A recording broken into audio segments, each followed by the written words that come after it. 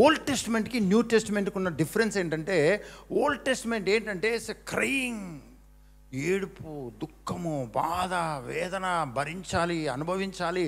అది ఏ వ్యక్తి అయితే భరిస్తున్నాడో ఆ వ్యక్తే భరించాలి, ఆ వ్యక్తే అనుభవించాలి. నా కర్మ కొద్దీ, నా తలరాత, నా తల్లిదండ్రుల తలరాత, ఈ కుటుంబంలో ఈ వంశంలో పుట్టిన తలరాత, ఇక్కడ పుట్టిన తర్వాత ఇదే జీవితము అని మొరపెట్టి దేవుని దగ్గర నుంచి సహాయం పొందుకోవాలి. కానీ కొత్త నిబంధనకు వచ్చేసరికి ఇలా మొరపెట్టేటువంటి పని, ఇలా మొరపెట్టి రక్షించే పని దేవుడే చేసేసాడు.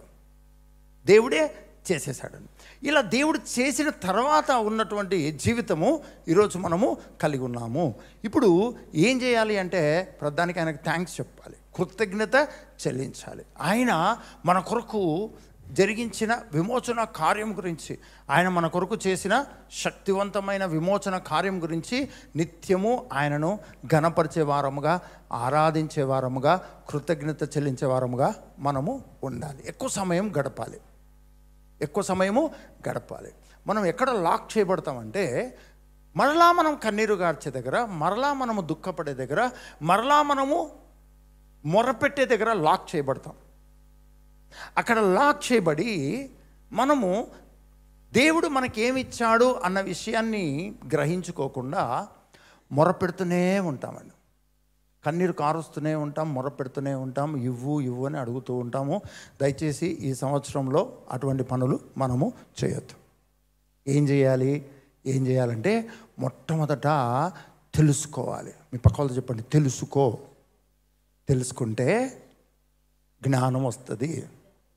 జ్ఞానం వస్తే నువ్వు ప్రార్థన చేయాలా, స్తుతి చెల్లించాలా, కృతజ్ఞత చెల్లించాలా, లేకుంటే థ్యాంక్స్ చెప్పాలా, కన్నీరు గార్చాలా అనేది నువ్వే డిసైడ్ చేసుకుంటావు. నీకే అర్థమవుతుంది. ఇచ్చిన తర్వాత చెప్పేదాన్ని ఏమంటారు? ఎవరైనా పెన్ ఇచ్చారనుకోండి, తిరిగి ఇచ్చేటప్పుడు ఏం చెప్తాం? ప్లీజ్ మరొకసారి ఇవ్వండి అంటామా? అన్నాం అనుకోండి, వాళ్ళు ఇస్తారు ఇంకోసారి అవసరం వచ్చినప్పుడు అంతా మీరు మా ఇంటి చుట్టే తిరుగుతుండండి. లేకుంటే మనం బ్యాంక్కి వెళ్ళి పెన్ను అడుగుతుంటాం కదా, దయచేసి మీరు ఎప్పుడు వస్తానో నాకు తెలీదు, మీరు పెన్ను పెట్టుకొని బ్యాంకులోనే ఉంటే మార్నింగ్ టు ఈవినింగ్ బ్యాంక్ అవర్స్లో మేము అప్పుడప్పుడు వస్తూ ఉంటాం, నెలకు ఒకసారి, సంవత్సరానికి ఒకసారి వస్తుంటాము, మీ అవైలబిలిటీ మాకు చాలా ఇంపార్టెంట్ అని చెప్పినాం అనుకోండి, ఏం చేస్తారండి? ఆ వ్యక్తిని పిచ్చోడు అనుకోరా? మనం ఏదైనా ఇచ్చినప్పుడు, తిరిగి ఇచ్చేటప్పుడు మనం ఏం చెప్తాం? బాగా గమనించండి. ఈరోజు మనకు దేవుడు ఏమి ఇవ్వలేదు, కుమారుణ్ణే ఇచ్చాడు. ఈరోజు దేవుడు ఏమి ఇచ్చాడు మనకు? మీ పక్కవాళ్ళు చెప్పండి, డబ్బులు ఇవ్వలేదు ఆయన, ఆరోగ్యం ఇవ్వలేదు, ఉద్యోగం ఇవ్వలేదు, పెళ్ళి చేయలేదు, పిల్లల్ని ఇవ్వలేదు, ఆయన ఏమీ చేయలేదండి. ఆయన అన్నిటికీ పరిష్కారంగా ఈ భూమి మీదకి కుమారునిగా వచ్చాడు. కుమారునిగా ఆయన వచ్చి ఉన్నాడు. ఎప్పుడైతే ఆయన వచ్చి ఉన్నాడో నీకు అన్నీ వచ్చి ఉన్నాయి. ఎప్పుడైతే ఆయన వచ్చి ఉన్నాడో నీకు అన్నీ వచ్చి ఉన్నాయి. వచ్చేవాడు ఎట్లా వచ్చాడో తెలుసా అండి? కొంతమంది క్రిస్మస్ తాత అంటారండి. క్రిస్మస్ తాత అంటారు కదా. క్రిస్మస్ తాత ఎక్కడికి వచ్చినా ఏం చేస్తాడు? శాంటాక్లాజా వచ్చిన చోటికంతా ఏమి తీసుకొస్తాడు? గిఫ్ట్లు ఇస్తూ ఉంటాడు అన్నమాట. ఆ క్యారెక్టర్ ఏంటో తెలియదు కానీ యేసయ్య వస్తూ ఆయన ఈవులను మనకు అనుగ్రహించి ఉన్నాడు.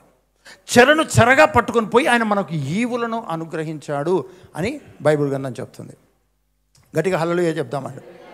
అయితే ఇక్కడ మనం చేయాల్సిన పని ఏంటంటే, మనం ప్రాక్టీస్ చేయాల్సింది ఏంటంటే, ఎక్కువగా ప్రాక్టీస్ చేయాల్సింది ఏంటంటే, వర్డ్ను ప్రాక్టీస్ చేయాలండి, వాక్యాన్ని ప్రాక్టీస్ చేయాలి. ఈ సంవత్సరంలో నువ్వు షార్ట్కట్ మెథడ్స్లో వెళ్ళాలి.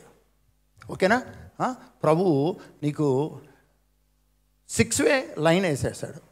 నువ్వు ఇంతకుముందు కేవలము బండ్ల రస్తా ఉంటుంది చూడండి, ఆ బండ్ల రస్తాలో తిరిగి అలవాటయ్యి ఓపిక లేక ఆ గోతుల్లో ఎగిరి పడి కింద పడి అమ్మ ఆ రూట్కే వెళ్ళకూడదు అనుకున్నావు. కానీ నీకు తెలియదు అక్కడ 6-వే రోడ్ వేశారు. 6-వే వేయబడింది. ఒక్కసారి కనుక అక్కడికి వెళ్తే అబ్బా థ్యాంక్స్ చెప్పాలబ్బా ఈ గవర్నమెంట్కి, జిహెచ్ఎంసీ వాళ్ళకి థ్యాంక్స్ చెప్పాలి, రోడ్ అండ్ బిల్డింగ్స్ డిపార్ట్మెంట్కి థ్యాంక్స్ చెప్పాలి అంటావు. ఎందుకంటే ఆ రోడ్లను బట్టి వాటిని బట్టి ఈరోజు నీ క్రైస్తవ జీవితంలో నువ్వు యేసుక్రీస్తు ఈ భూమి మీద పుట్టిన తర్వాత నువ్వు ఆయనలో ఈరోజు జన్మించి ఉన్నావు. నీకు అనుగ్రహించబడిన కృప ఏంటంటే నీవు ఆయనను గ్రహించుకున్న దానిని బట్టి నిత్యము స్తుతి ఆరాధికునిగా కృతజ్ఞత చెల్లించే వ్యక్తిగా నీ జీవితాన్ని డెవలప్ చేసుకోవాలి.